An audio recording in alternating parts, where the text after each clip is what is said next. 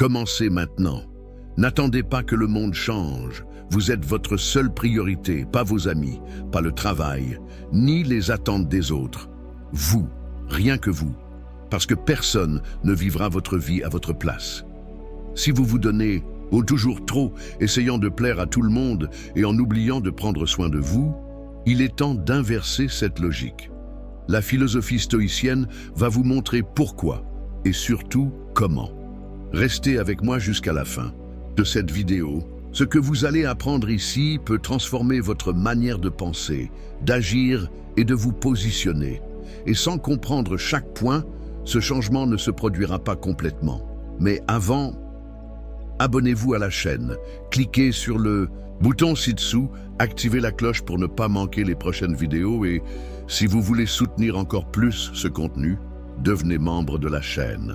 Ainsi, vous aidez ce projet à grandir, tout en accédant à des contenus exclusifs, des lives spéciaux et des coulisses stoïciennes qui ne sont pas diffusées. Passons à l'essentiel.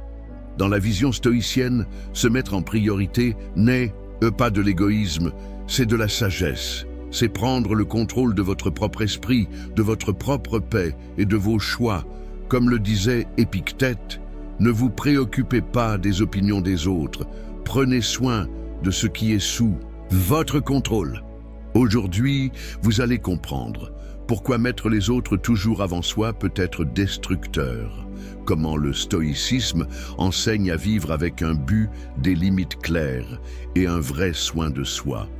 Et surtout, comment appliquer cela dès maintenant dans la vie quotidienne. Parce que la vérité est simple et libératrice. Vous ne devez rien au monde qui coûte votre santé mentale, votre paix ou votre essence. Alors, c'est parti. Respirez profondément. Ramenez votre attention ici et venez avec moi jusqu'à la fin. Ce voyage est pour vous et il commence maintenant. Définissez votre valeur avant que le monde ne la définisse pour vous. Arrêtez un instant et réfléchissez. Combien de fois avez-vous changé d'avis, de vêtements, de ton de voix, juste pour être accepté? Combien de fois vous êtes-vous caché ou même annulé pour ne pas déplaire à quelqu'un? Vous n'êtes pas né pour être le reflet des attentes des autres. Dans la philosophie stoïcienne, la connaissance de soi est une forteresse. Marc Aurèle écrivait tous les jours sur qui il était, ce en quoi il croyait et ce qu'il ne tolérait pas. Parce qu'il savait, si vous ne vous définissez pas, le monde vous façonne. Et le monde, par défaut, n'est pas gentil. Il exige, critique, étiquette. Cette leçon est simple en théorie, mais transformante en pratique. Vous devez décider qui vous êtes avant que quelqu'un ne le décide pour vous. Créez votre déclaration de valeur personnelle. Prenez une feuille et écrivez 3 phrases qui répondent à « Qu'est-ce qui est non négociable pour moi ? Quelles sont les 3 valeurs que je respecte le plus ? Qui suis-je quand personne ne regarde ?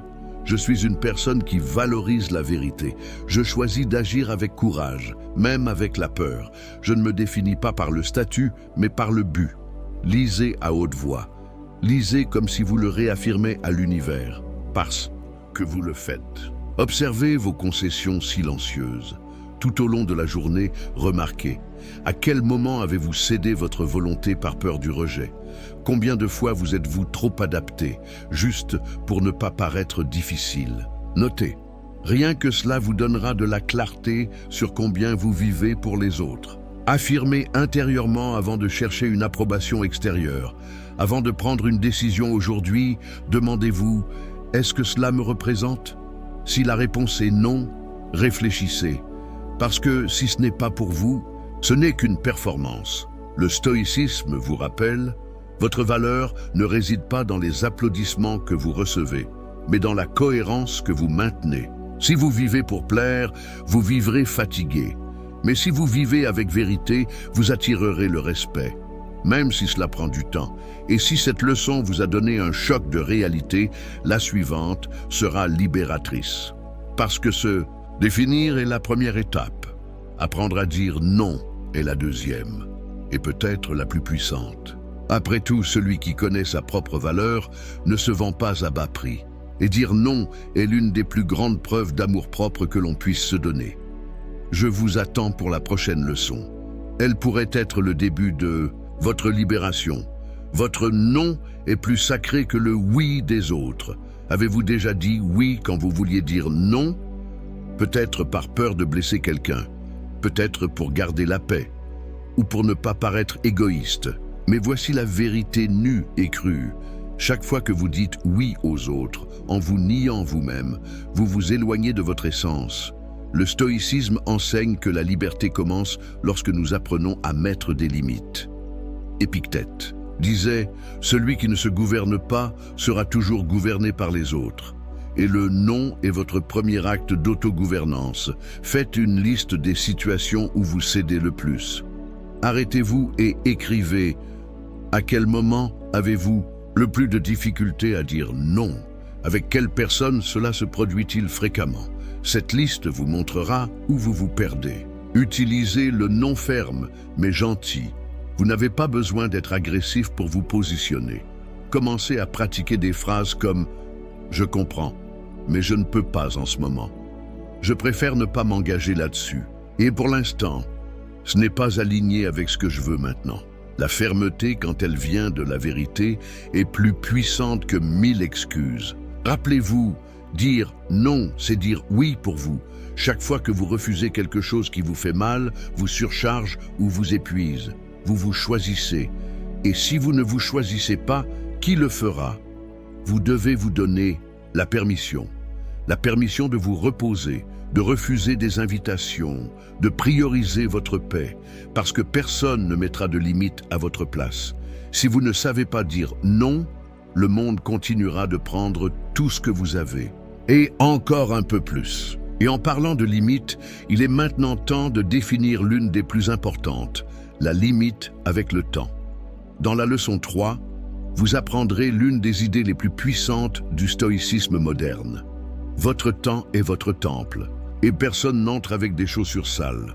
Mais avant de continuer, abonnez-vous à la chaîne maintenant si vous voulez poursuivre ce voyage stoïcien avec moi. Et si ce contenu ouvre votre esprit et renforce votre âme, devenez membre de la chaîne. Vous aidez ce projet à grandir et vous avez accès à des contenus exclusifs, des réflexions supplémentaires et des matériaux qui ne sont pas disponibles pour tout le monde.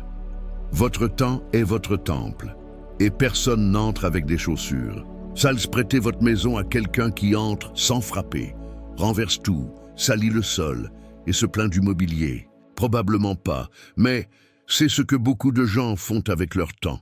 Ils envahissent, désorganisent, retardent, exigent, aspirent et vous laissez faire.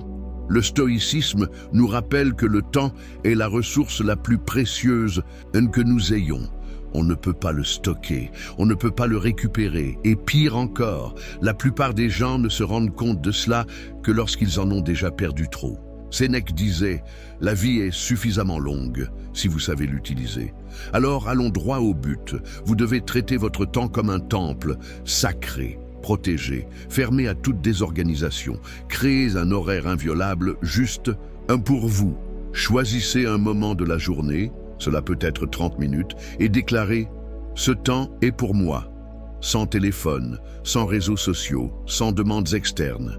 Utilisez-le pour réfléchir, lire, marcher, respirer, organiser votre esprit. Si vous ne réservez pas de temps pour vous, le monde occupera chaque espace avec ce qu'il veut.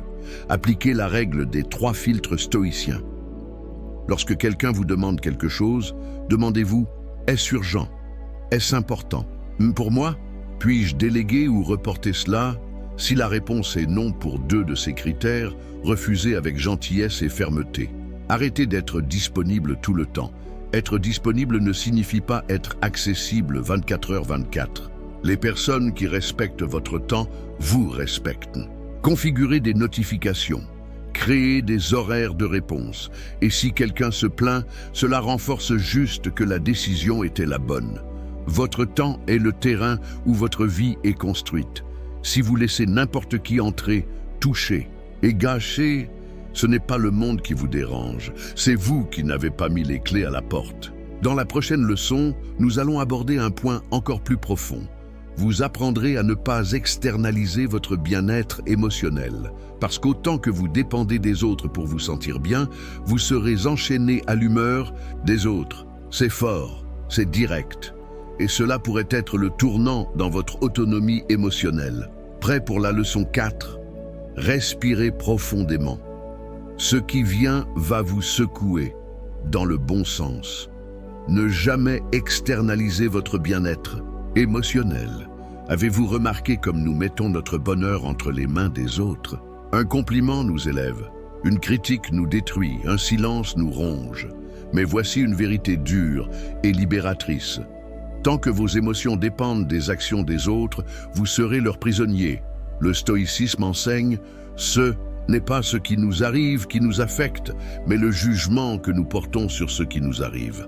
Épictète, la source de votre paix ne peut pas être quelqu'un dont l'humeur change tous les jours. Votre sérénité doit venir de l'intérieur. Identifiez ceux dont vous dépendez émotionnellement. Demandez-vous qui a le pouvoir de me briser avec un mot. Pourquoi j'attends encore quelque chose de cette personne ? Ce constat n'est pas une invitation à couper les liens. C'est à propos de couper les cordes qui vous lient intérieurement. Pratiquez l'intervalle stoïcien. La prochaine fois que quelque chose vous touchera émotionnellement, attendez 10 secondes avant de réagir. Respirez, observez, questionnez. Est-ce vraiment de ma faute ? Ou est-ce une attente déçue, une projection, ou quelque chose qui n'est pas sous mon contrôle ? Cet intervalle est là où réside votre liberté. Créez un rituel quotidien de renforcement interne. Chaque matin, au réveil, répétez. Je suis responsable de mes émotions. Je choisis ce qui m'affecte. Je ne confie pas mon cœur à des mains instables. Simple, puissant, transformateur. Vous ne pouvez pas contrôler les gens, ni leurs actions. Mais vous pouvez contrôler ce que vous faites de ce qu'ils font. Et lorsque vous apprenez à vous protéger intérieurement, le monde peut crier de l'extérieur. Mais ici, à l'intérieur, la paix reste intacte. Dans la prochaine leçon, nous allons aborder un point qui semble contradictoire, mais qui est révolutionnaire. Vous découvrirez pourquoi réduire peut être le chemin le plus rapide pour élever votre vie. Moins d'obligations, moins de distractions, moins de poids, plus de concentration, plus de présence, plus de liberté. Êtes-vous prêt pour cela ? La leçon 5 arrive et elle va être forte. Réduisez pour élever. La plupart des gens croient que bien vivre, c'est accumuler. Plus de tâches, plus de rendez-vous, plus d'objectifs, plus de gens, plus de contenu. Mais la vérité est que plus vous chargez, moins vous avancez. Le stoïcisme nous rappelle, la richesse consiste beaucoup plus dans la réduction des désirs que dans l'augmentation des possessions. Marc Aurèle. Et cela vaut pour tout, emploi du temps, esprit, relations, objectifs. Réduire n'est pas perdre, c'est clarifier, c'est faire de la place pour ce qui compte vraiment. Ce n'est qu'en éliminant l'inutile que vous pouvez voir l'essentiel. Faites un grand ménage mental et émotionnel. Prenez une feuille et notez. Quels engagements m'épuisent et ne m'amènent nulle part? Quelles personnes ne prennent que de la place, sans ajouter de valeur? Quelles habitudes me distraient de ce que je veux devenir? Répondez avec brutalité et sincérité. Et ensuite, éliminez au moins un élément de chaque catégorie. Aujourd'hui, adoptez la règle du moins mais mieux. Chaque fois que vous ajoutez quelque chose à votre vie, une tâche, un objectif, une relation, demandez-vous, cela élève-t-il mon énergie ou ça épuise ma paix? J'ajoute cela parce que c'est nécessaire ou juste par impulsion. Continuez seulement si c'est un oui avec un but. Essayez le silence et le vide pendant 10 minutes. Chaque jour, prenez 10 minutes pour ne rien faire. Aucune tâche, aucune distraction. Juste vous, le silence et l'instant présent. Cela peut paraître inutile, mais c'est dans cet espace que l'esprit respire et que l'âme s'organise. Réduire est un acte de courage, parce qu'il exige du détachement, et le détachement est la première étape vers la liberté. Vous n'avez pas besoin de plus de choses, vous avez besoin de plus de clarté. Et pour cela, vous devez faire de la place, comme un verre qui ne peut être rempli que s'il est vide. La prochaine leçon va nous amener à un point plus physique, plus direct, plus visible. Vous comprendrez pourquoi prendre soin de votre corps est un acte stoïcien. Et pas seulement une question d'esthétique. Ce n'est pas de la vanité, c'est de la discipline. C'est du respect envers soi-même. La leçon 6 arrive, et cela va perturber votre relation avec votre corps. On y va ensemble? Prenez soin de votre corps comme un soldat prend soin de son armure. Vous pouvez avoir l'esprit le plus fort du monde. Mais si votre corps est faible, négligé, sans énergie, vous n'irez pas loin. Les stoïciens ne dénigraient pas le corps. Au contraire, ils le considéraient comme un outil essentiel d'action, de présence et de résistance. Le corps était le véhicule de la vertu, de la discipline et de la pratique philosophique dans le monde réel. Épictète était handicapé, mais disait « Vous ne contrôlez pas le corps que vous avez reçu, mais vous contrôlez comment vous le traitez, c'est-à-dire ce n'est pas l'apparence, c'est la préparation. Prendre soin de son corps est un acte stoïcien de responsabilité personnelle. Respectez votre rythme, mais abandonnez les excuses. Je n'ai pas le temps, je n'aime pas la salle de sport, je suis fatigué. Cela ne change pas le fait. Un corps inactif affaiblit l'esprit. Choisissez une activité, n'importe laquelle. Un œil qui bouge votre corps tous les jours, même si c'est seulement pendant 15 minutes. Marcher en silence est déjà un acte stoïcien de présence. Transformez l'acte de manger en un rituel de respect. Ne mangez pas par anxiété, ne mangez pas comme distraction. Chaque repas est un choix, nourrir ou intoxiquer. Demandez-vous, est-ce que cela me renforce ou cela me sabote? La réponse vous enseignera plus sur l'autocontrôle que 1000 livres. Établissez un engagement. De sommeil comme si c'était un pacte sacré. L'esprit stoïcien a besoin de repos pour bien fonctionner. Dormir bien n'est pas un luxe, c'est une stratégie. Fixez une heure de coucher et protégez votre sommeil comme si c'était une réunion avec un empereur. Inéluctable, inaltérable, inébranlable. Vous n'avez pas besoin d'un corps parfait. Vous avez besoin d'un corps fonctionnel, propre, préparé et assez fort pour soutenir un esprit lucide. Parce qu'il n'y a pas de vertu sans corps, pas de courage sans action, pas de raison sans mouvement. Et maintenant que votre corps et votre esprit commencent à s'aligner, il est temps de faire face à l'une des plus grandes peurs humaines et de la transformer en force, la solitude. Dans la leçon 7, vous comprendrez pourquoi être seul peut être votre plus grand allié dans votre voyage stoïcien. C'est dans le silence que vous vous écoutez vraiment. C'est dans la solitude que naît la clarté.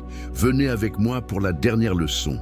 Elle pourrait tout changer. Faites de la solitude votre plus grand allié, pas votre peur. La plupart des gens fuient la solitude comme si c'était une punition. Ils se distraient, se entourent de voix, plongent dans des bruits, parce qu'ils ont peur d'entendre ce que le silence va leur dire. Mais les stoïciens considéraient la solitude comme un portail, un espace où l'esprit se révèle, où l'âme se renforce, où la vérité apparaît, nue, sans filtre. Sénèque disait « Celui qui est en paix avec lui-même vit bien même lorsqu'il est seul. » La solitude n'est pas une absence, c'est une présence profonde de soi. Programmez un temps de silence absolu, sans aucune distraction. Commencez par 10 minutes, sans téléphone, sans musique, sans réseau, juste vous. Asseyez-vous, respirez, observez vos pensées sans jugement. C'est inconfortable au début, mais c'est là que naît la clarté. Écrivez une lettre à vous-même. Mettez par écrit ce que vous ressentez, ce que vous pensez, ce que vous vivez. Parlez-vous comme vous parleriez à quelqu'un que vous aimez. Cette pratique vous connecte à votre essence et dissout la peur d'être seul. Transformez la solitude en un moment de création. Faites quelque chose seul qui nourrit votre âme. Dessinez, lisez, écrivez, marchez, priez, pas par obligation, mais par connexion. Plus vous vous renforcez seul, moins vous dépendez des autres pour vous sentir entier. La véritable liberté naît lorsque vous ne craignez plus votre propre compagnie, lorsque le silence cesse d'être une gêne et devient un refuge. Parce qu'une fois que vous avez appris à être bien seul, vous ne mendierez plus jamais la compagnie des autres. Cela a été la dernière des 7 leçons stoïciennes sur comment faire de vous votre seule priorité. Mais ce n'est pas la fin. C'est le début d'une vie plus lucide, plus ferme, plus présente et plus forte. Si vous êtes arrivé jusqu'ici, vous savez déjà la valeur que cela a. Alors, abonnez-vous à la chaîne maintenant. Et si vous voulez soutenir ce contenu et continuer à grandir avec moi, devenez membre de la chaîne. Vous aurez accès à des matériaux exclusifs, des réflexions approfondies, des lives privés et une communauté qui cherche aussi à vivre avec plus de clarté et de but. Respirez profondément, emportez ces leçons avec vous et n'oubliez jamais, le monde change quand vous changez. Et tout commence par se mettre en premier. Félicitations d'avoir regardé jusqu'à la fin. Cela en dit long sur vous. Vous auriez pu vous arrêter au milieu, sauter des parties ou aller vers une autre vidéo. Mais vous avez choisi de rester jusqu'à la fin, d'absorber, de réfléchir et, surtout, de chercher la connaissance pour améliorer votre vie. Et cela, dans le monde d'aujourd'hui, est une attitude rare et extrêmement précieuse. Maintenant, je veux savoir de vous. Laissez un commentaire ci-dessous en me disant ce qui vous a le plus marqué dans cette vidéo ou laquelle de ces 7 leçons vous allez appliquer en premier dans votre quotidien. Et si vous ne savez pas, quoi dire, écrivez simplement « Je suis reconnaissant ». Ainsi, je saurai que vous êtes resté avec moi jusqu'à la fin. Et cela va déjà remplir cet espace de bonnes énergies et de sagesse partagée. Et bien sûr, abonnez-vous maintenant à la chaîne si vous ne l'êtes pas déjà et activez la cloche pour ne manquer aucun contenu nouveau. Devenez membre de la chaîne pour soutenir cette mission stoïcienne et accéder à des contenus exclusifs, des lives fermés et des réflexions plus profondes, uniquement pour ceux qui sont vraiment dans ce voyage.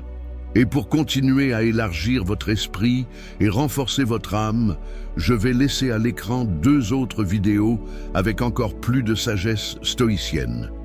Regardez-les ensuite, car elles compléteront tout ce que vous avez appris aujourd'hui. On se voit dans la prochaine vidéo. Restez ferme, restez présent et n'oubliez jamais, vous êtes votre seule priorité.